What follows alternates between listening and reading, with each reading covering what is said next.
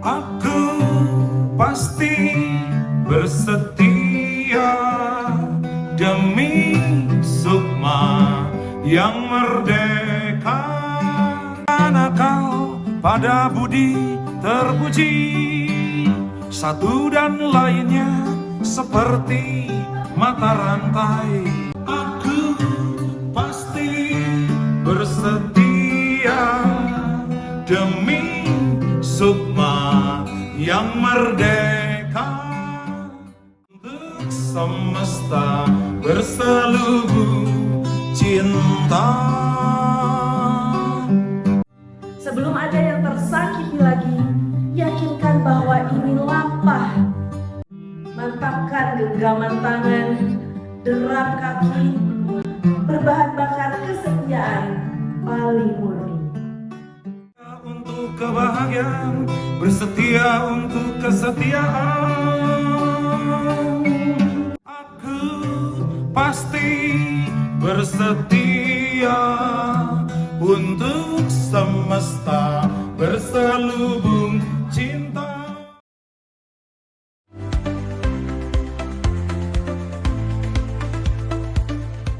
Halo teman-teman Plat D, apa kabar? Ketemu lagi nih ya di Plat D dari Bandung untuk kita-kita semua dong. Dan salah satu yang dimiliki oleh Kota Bandung adalah Kang Adeo Hapsal. Siapakah Berat. gerangan? Berat ya? Berat banget. Tapi yang jelas ini sebagai perkenalan aja nih, Kang Adeo adalah seorang penulis karena kita akan membahas nanti bukunya yang berjudul Oh Ledeng, Oh Bandung. Ini udah Bandung banget ya, dari Ledeng turun Kang ya. Biasanya Yap. ke terminal dulu ngetemnya rada lama Kang. Mohon, beres pisan. Tapi yang jelas Kang Adeo yang juga tergabung di Majelis Sastra Bandung, bergiat di FLP apa Kang tadi? Forum Lingkar Pena. Forum Lingkar Pena memang sudah akrab sekali dengan dunia literasi ya Kang ya.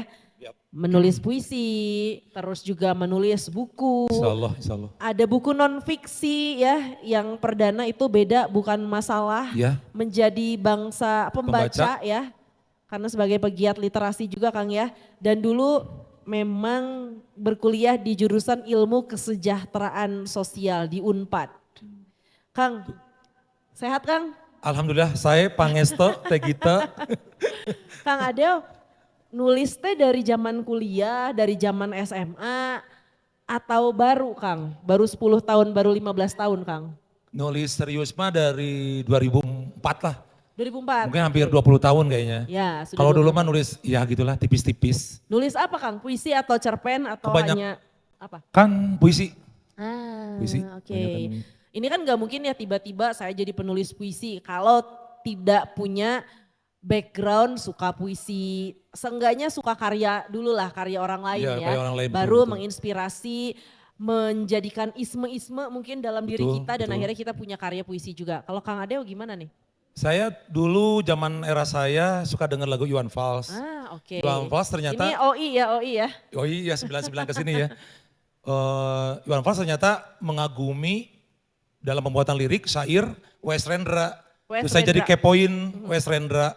Betapa Rendra juga mempengaruhi Iwan Fals dalam membuat syair, lirik lagu yang zaman itu sangat menggerakkan, mengilhami kita semua. Ya. Kayaknya gitu sih dari pintunya dari Bang Iwan, terus saya nyari tahu tentang Wes Rendra. Kayaknya di perpustakaan ya zaman dulu mah. ya. Nah dari WS Rendra akhirnya mungkin muncullah nama-nama sastrawan, Indonesia. Karena kita banyak sastrawan besar juga ya Mang ya. Betul. Nah di hasil karya dari karya-karya sastra yang luar biasa akhirnya Mang Adeo mulai menulis buku. Apa sih pemantiknya, trigger mungkin dari kegelisahan kah, mungkin dari unek-unek yang ingin disampaikan? Betul sih, banyak unek-unek, terus tidak ada keberanian untuk ngomong. Ya. Karena misalnya ada persoalan di tempat saya tinggal, di kampung halaman saya di Ledeng, kesannya jauh ya. Jauh sekali ya, Bandung, padahal dekat. Kampungan jauh di Mato gitu, tapi dekat di hati. Aduh. Itu kadang-kadang juga banyak sekali persoalan, saya tidak bisa menyampaikan keluh kesah itu. Rupa-rupanya ada saluran yang sangat efektif yaitu dengan menuliskannya. Kayaknya gitu deh, saya menemukan media yang barangkali tepat, efektif untuk mengemukakan persoalan-persoalan yang terjadi. Kayaknya manusia tanpa persoalan bukan manusia deh. Ya, kehidupan sosial penuh dengan persoalan Ya, yang mana betul. kita harus mencari solusi Solusi, gitu ya. ya. Seperti apa sih? Mungkin salah satu solusinya adalah menuliskan buku ya karena banyak ide juga yang nantinya mungkin siapa tahu menjadi jawaban dari pertanyaan-pertanyaan yang selama ini ada. Bukankah seperti itu ya dari dulu selalu itu Betul, ya? selalu berulang-ulang ya, berulang Berulang. kali persoalannya sama gitu aja. Oke. Nah, Mang Adel menulis buku, pegiat literasi juga. Biasanya menulis puisi, menulis buku ya udahlah buat kita yang baca teman-teman kita ataupun dikomersilkan. Iya. Tapi ternyata Mang Adel pun aktif nih dalam kegiatan literasi dalam artian menggiring masa gitu ya, mengajak sounding, woro-woro gitu kan. Woro-woro. Kalau sebenarnya membaca itu menyenangkan. Ada satu buku yang bisa kita baca bersama Iya, ternyata gitu betul. ya. Akhirnya terpantik atau muncullah komunitas Asian African African Reading Reading Club. Club, Nah iya. mungkin boleh dikasih tahu juga gimana sih Kang awalnya terbentuk Asian African Reading Club. Karena base kita kan di Bandung nih, Iya, plat D Bandung. banget. Dimana salah satu tempat bersejarah yang ada di kota Bandung adalah Museum Museum Konferensi Konferensi Asia Asia Afrika. Silakan Kang. Betul Teh Gita, sesungguhnya saya juga tidak terlalu suka membaca. Kalaupun saya suka membaca mungkin itu pilihan kayaknya puisi gitu ya. Saya juga mungkin kelelahan membaca karya-karya lain. Makanya pintunya dari puisi itu gitu. Lalu kemudian ada salah satu upaya untuk yang mendekatkan buku kepada pembaca, yang membacanya secara keroyokan. Biar kita yang males, buat kita yang hoream, namanya cok orang Sunda mah ya, bisa berkelompok tuh bacanya gitu. Jadi satu sama lain saling menguatkan. Karena yang membaca baik, yang mendengarkan juga baik juga gitu. Setelah itu ya gayung bersambut lah, karena 2009 tepatnya 15 Agustus ada perhelatan Festival Kemerdekaan di Museum Konferensi Asia Afrika sebagai salah satu upaya untuk memakmurkan Museum Konferensi Asia Afrika ini yang notabene adalah semestinya jadi pembeda ya Teh, menjadi ikon, menjadi sumber ilham buat kita semua masyarakat Bandung bahkan masyarakat dunia untuk sama-sama mereguk lagi nilai-nilai spirit solidaritas Asia Afrika gitu, semangat Bandung. Kemudian juga saat itu pun sedang digencarkan Gerakan Nasional Cinta Museum. Itu juga sebuah ikhtiar untuk mengajak seluas-luasnya masyarakat untuk datang ke Museum Konferensi Afrika, bahkan ke museum-museum lainnya gitu. Karena kita tahu datang ke museum itu saat kita kecil, sekolah dasar, TK, dan saat kita mengantar anak atau mengantar cucu kita. Jadi mungkin ada sering cerita rumor terjadi ke museum itu ya kalau kita ada tugas dari sekolah, kemudian saat kita mengantar cucu kita, itu juga kalau panjang usia ya. Nah kemudian tercetuslah gagasan bagaimana nih supaya mengenal nilai-nilai itu, semangat itu, solidaritas bangsa-bangsa Asia Afrika, spirit Bandung yang kemudian kita mengenalnya di Desa Sila Bandung ya Teh. Ya, Yang betul. monumennya ada di Asia Afrika, depan Hotel Homan. Kemudian itu termaktub, saya juga tidak hafal. Desa Sila Bandung saya juga bukan hafiz. Satu apa, dua apa enggak gitu ya. Tapi paling tidak ada 4 nilai yang terus akan dibunyikan di kelompok ini yang 15 Agustus didirikan. Itu yang pertama adalah goodwill, niat baik. Goodwill, oke. Niat baik itu penting untuk betapa niat baik sudah dicanangkan oleh para perintis kemerdekaan untuk menyatukan bangsa-bangsa kulit berwarna untuk merebut kemerdekaan. Terus yang kedua adalah kesetaraan, baju saya ini Teh. Setara ya. Ini yang masih kita perjuangkan juga Kesetaraan sampai detik ini ya. dalam persaudaraan itu juga sudah terus akan digelorakan. Tidak ada perbedaan bangsa kulit kuning, merah, itu hitam. Sesungguhnya semua sama, diperlakukan sama di depan Tuhan, apalagi di depan Tuhan. Terus yang ketiga ada poin peaceful coexistence. Hidup damai berdampingan Teh. Peaceful Coexistence. coexistence. Hidup damai berdampingan dengan yang berbeda keyakinan, latar belakang, warna kulit. Semua sesungguhnya mudah-mudahan kita siap dengan keberbagian dan kemacamragaman kita semua, bahkan dunia. Dan yang tidak kalah penting adalah kerjasama, gotong royong. Itu yang sudah didengungkan oleh para perintis kemerdekaan, penyeru kemerdekaan untuk merebut dan yang menyatukan, lalu bekerja sama dalam kebaikan. Makanya dalam 15 Agustus 2009 lahirnya Asia African Reading Club adalah sebagai upaya untuk menumbuhkan nilai-nilai itu. Nah. Salah satu caranya adalah dengan membaca. Membaca Gitu. ya. Tapi yang menarik nih ya teman-teman mungkin sebagai slow reader. Saya sebenarnya suka beli buku gitu Slow ya. Mungkin sama, slow. slow pisan ya gitu ya, slow Wallace. Suka beli buku tapi entah dibacanya kapan gitu ya. Banyak buku numpuk, malah ada beberapa yang masih disegel juga Kang. Loh, Aduh, sama ya. Suka baca slow reader, nah muncullah ide kenapa nggak bacanya bareng-bareng. Ya betul. Giliran, karena kebetulan saya pernah hadir juga di acara membaca gitu ya. Tadarusan buku namanya. Tadarusan buku, istilahnya tadarusan buku di hari Rabu sore, bener ya Kang ya. Buku-bukunya juga buku-buku pilihan yang disupport juga sama salah satu penerbit gitu ya. Penerbit, iya. Buku-buku pilihan yang memang nuansanya atau spiritnya itu berkaitan dengan Asia Afrika gitu Kebangsaan. kan. Kebangsaan seperti itu. Jadi digilir gitu ya bukunya, silakan baca dari halaman berapa sampai halaman berapa, Betul. giliran saya, nanti teman saya terus sampai akhirnya oke cukup untuk hari ini. Nanti minggu depan dibaca lagi sampai akhirnya hatam bukunya. Tamat bukunya ya. Tamat Oh, bukunya, betul. sudah hatam satu buku, ada selamatan. Betul ya Kang ya? Betul. Itu luar biasa. Syukuran. Ada syukuran. Jadi menurut saya itu adalah salah satu kegiatan positif yang satu unik tapi juga mengajak kita untuk terbiasa dengan literasi, terbiasa dengan membacanya juga hasil-hasil karya yang bermanfaat, yang bermutu, yang memberikan ide, yang inspiratif dan yaitu bisa mengajak yang males, yang slow gitu ya untuk bisa ada di komunitas yang Bahkan positif. tidak suka mungkin ya. Bahkan tidak suka membaca mungkin ya. Tapi akhirnya dipaksa membaca, mudah-mudahan ini juga menjadi ide tidak hanya dari Museum KAA saja, tapi bisa muncul di titik-titik lain Betul, ya. betul. Suka baca buku apa? Nah kebetulan sekarang itu sudah zamannya sosial media yang menyajikan menyajikan tontonan gitu ya.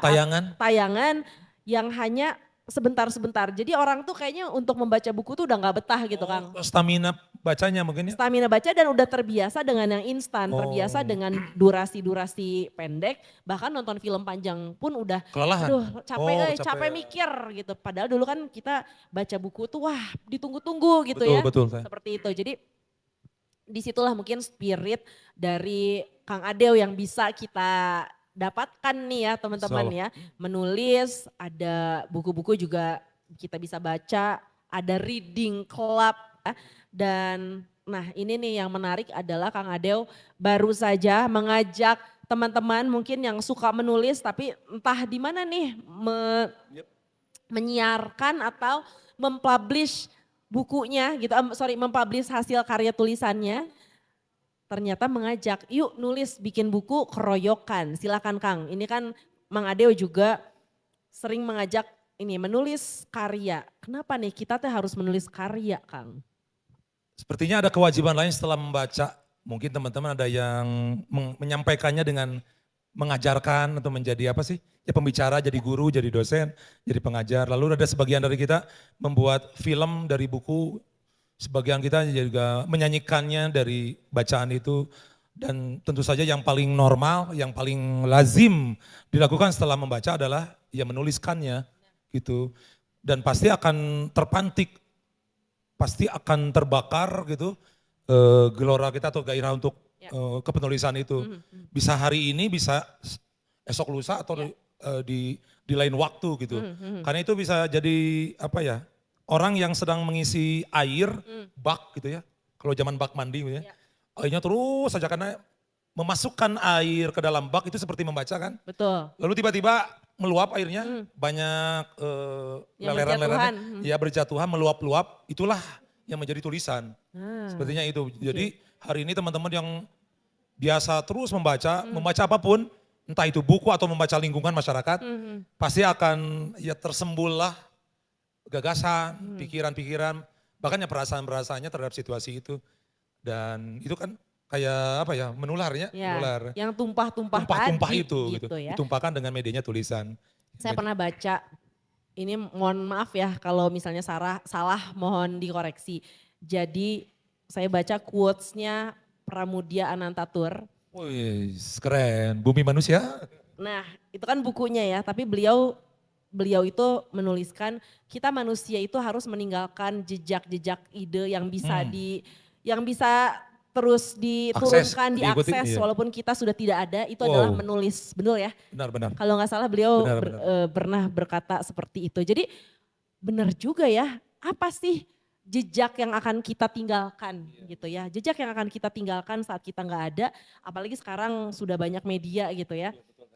Ya menulis, berkarya, seenggaknya ada karya, salah satunya adalah tulisan. Tulisan ide, tulisan-tulisan gagasan kita yang bisa nantinya tuh itu akan bisa diaplikasikan. Mungkin tidak bisa diaplikasikan sama kita, diaplikasikan sama pembaca. Iya, pembacanya, Seperti betul, itu.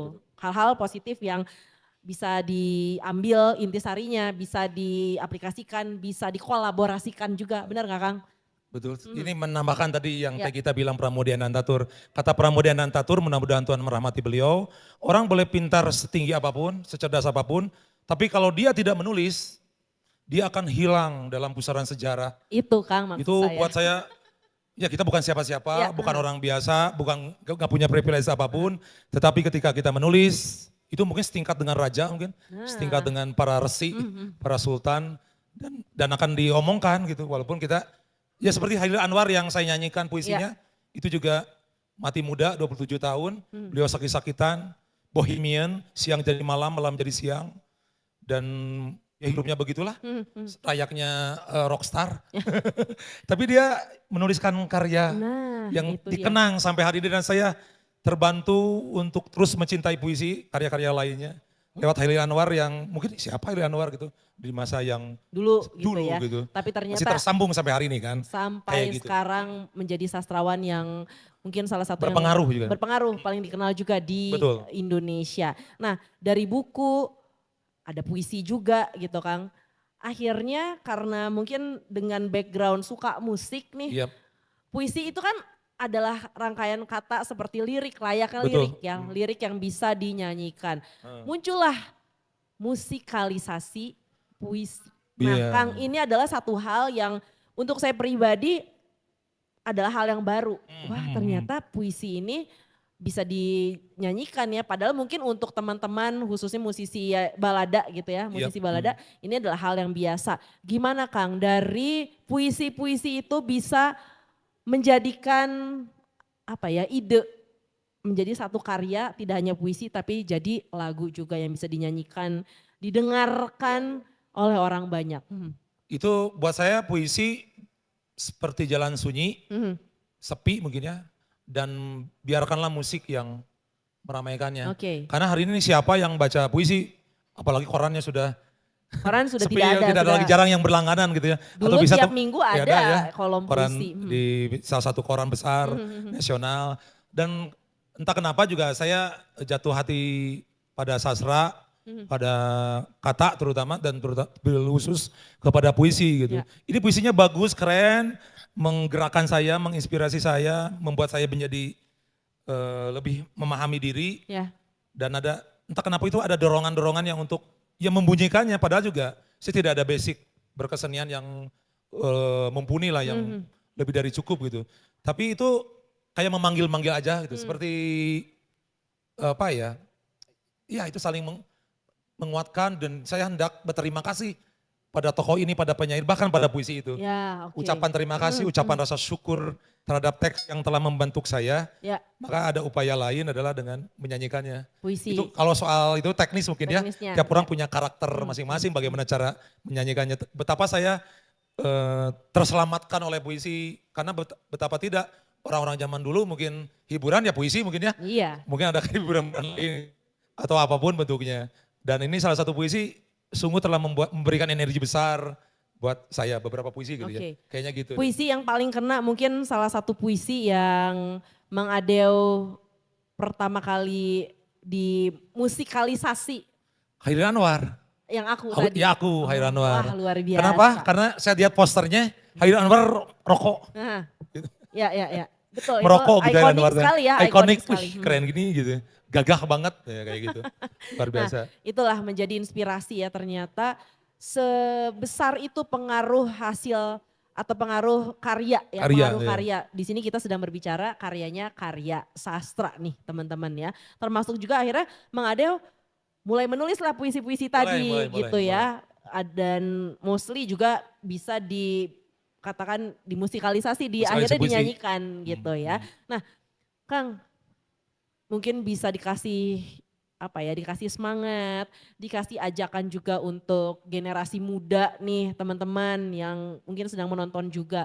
Iya suka sih baca puisi tapi baca doang gitu ya. Belum kepikir nih untuk mengembangkan seperti apa sih yang bisa kita lakukan, menambah value lain Iya, betul, ya betul, betul. dari point of view lain menikmati puisi, salah satunya dinyanyikan. Mungkin Mang Ade bisa ya mengajak atau ya berbagi, yuk kita baca puisi, kita mulai mengulik puisi ini. Betul, betul. Secara disiplin ilmu atau kuliah ya pasti berjauhan gitu ya. Saya belajar di ilmu kesejahteraan sosial, tapi justru dari puisi saya terbantu, saya bisa mengenal persoalan sosial. Dari puisi, dari cerpen lebih jauh novel kayak gitu. Betapa juga karya sastra telah banyak membantu orang kita semua untuk mengenal persoalan diri, lingkungan, masyarakat gitu. Jadi buat teman-teman yang mungkin ingin mengenal dirinya, lingkungannya, masyarakatnya lebih dalam, salah satu upaya dari sekian banyak cara yaitu dengan ya membaca. Membaca. Kayak gitu. Terus apa kepentingan kita? Bukan untuk jadi penulis, bukan untuk jadi penyair, bukan untuk jadi apalah sesuatu yang lebih indah atau yang ideal menurut teman-teman. Ya untuk kebaikan diri kita, untuk diri kita yang lebih baik dari hari ke hari, dari waktu ke waktu. Buat saya puncak dari pembacaan puisi adalah memiliki rasa ya kepekaan. Kepekaan, oke. Kepekaan, kepedulian itu. Kepekaan, kepedulian, syukur-syukur setelah itu ya melakukan satu tindakan. Paling tidak, oh ada sesuatu yang bermasalah di sini, ada sesuatu yang kacau di sana, jadi nah kita harus ada upaya lain setelah itu melakukan sesuatu. Nah, Iya, wah gitu. keren banget ya. Jadi itu adalah jembatan dari menuliskan puisi, puisinya menjadi lirik yang bisa dinyanyikan dengan musikalisasi puisi itu ya Mang Adew ya. Iya. Dan itulah yang membentuk atau mengidekan musik-musik yang kita kenal sebagai musik balada. Iya, Ya. benar-benar. Nanti kita bakal obrol nih ya di sesi lain tentang bagaimana sih musik balada di mata seorang Adew Hapsa. Wih, Siap. nanti kita bakal lanjut. Jadi selalu rapatkan diri teman-teman di Mantap. Plat D barengan sama Adew Hapsa. Mantap.